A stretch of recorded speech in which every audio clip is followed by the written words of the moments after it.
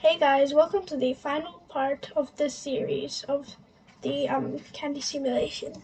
So in the first episode, we modeled the lid, the cup, and the candy. And in part 2, we did the texturing, such as the glass shader for the lid and the cup. We did the candy image texture onto the spheres that we created. And this is part 3 where we'll be going the final renders and the animating and simulation of the project. Thank you, and let's get on with the video.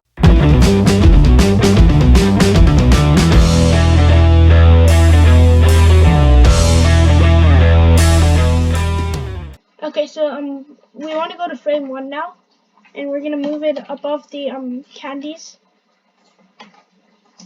So move it above GZ. We're gonna set a keyframe to it. So I'm just gonna save this file first. So we don't lose it in the middle of animating. So go to frame 1, just move it above the candy, and we're gonna hover your mouse over location and set a keyframe. Okay, so we want to play this and see when the candy actually lands straight onto the bottom.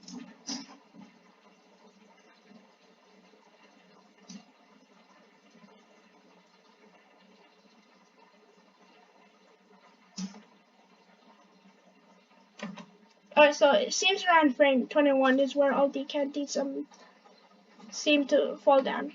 If you find that some of the candies are kind of flying out, it's probably because of this modifier over here. So if we go back here, it's probably because of this, but don't worry too much, you won't see it in the final render.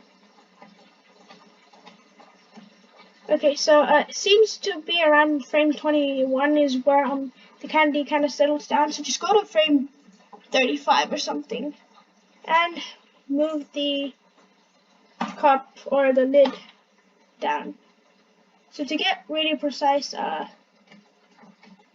positions, move it down until it fits. So you might see a fair bit of candy just kind of popping out, and if you want to fix, you can't really do anything about it, but you could delete the ones that do pop out. Okay, so once on frame 35, click the lid, go into the object properties, press I, and we've gotten our cap.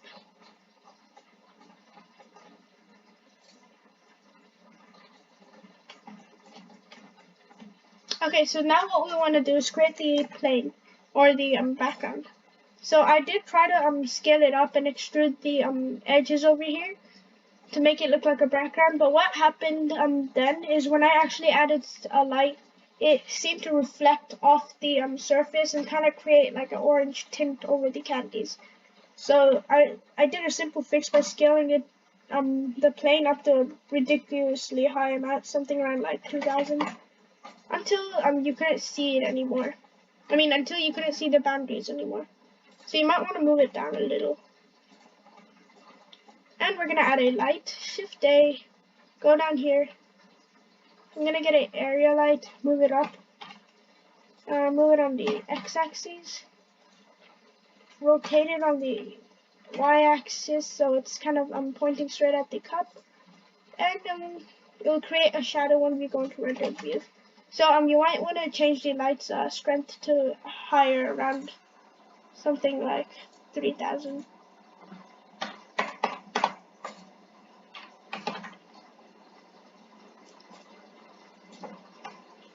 Okay, so once you've changed that, what you're gonna want to do is change the color of the plane. So go into the shading, and we're gonna add a new properties and make it an orangish color. You can choose any color you want, but once you've chosen the color you want, so I'm gonna go with something a little lighter.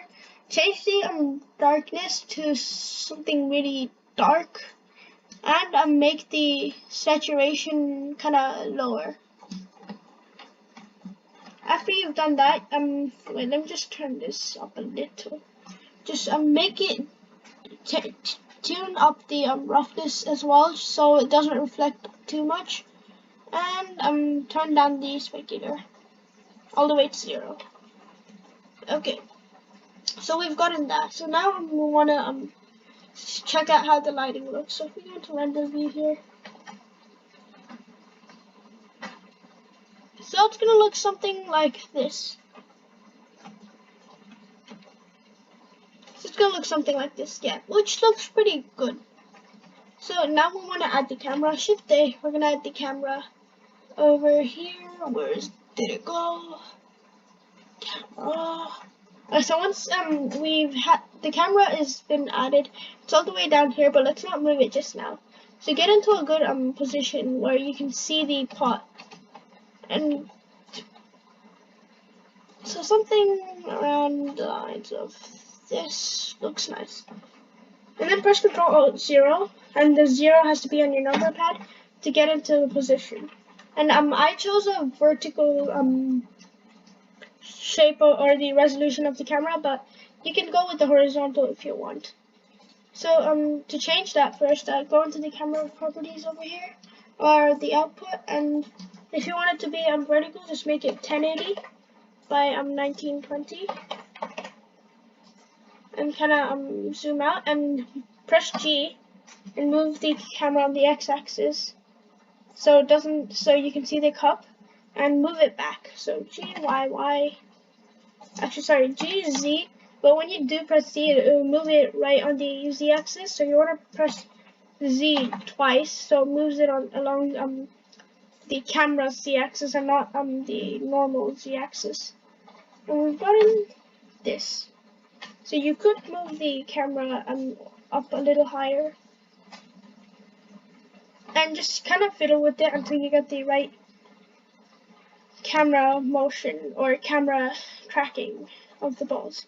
So what we want to do now is add a focal point, and you don't really need to do that if you don't want to, but if you want to, just add a empty over here, move it up here, and just set a keyframe. So what this does is just sets a camera, sets like a focal point for the camera to focus on, so it makes the others a little blurrier.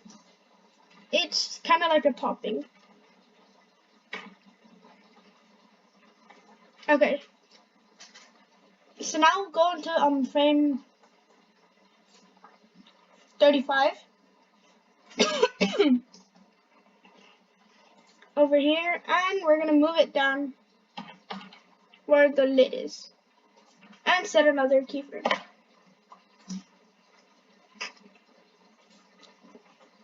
Okay, so once we've gotten that, what will happen is when we do play the animation, right now the ball won't be moving, but when you do render it out, it will. The empty will kind of follow the lid down all the way to the bottom, and it will create kind of like a focal point. So go into the camera here, go into the camera settings, click depth of field over here, depth of field, and click on the drop down below and change the focus object to the empty that we've created over here. And it's gonna now kind of follow the empty as it goes. You could increase the f-stop if you find it a little too blurry. Okay, so after that, you can render it out and you'll have your own animation. Thank you.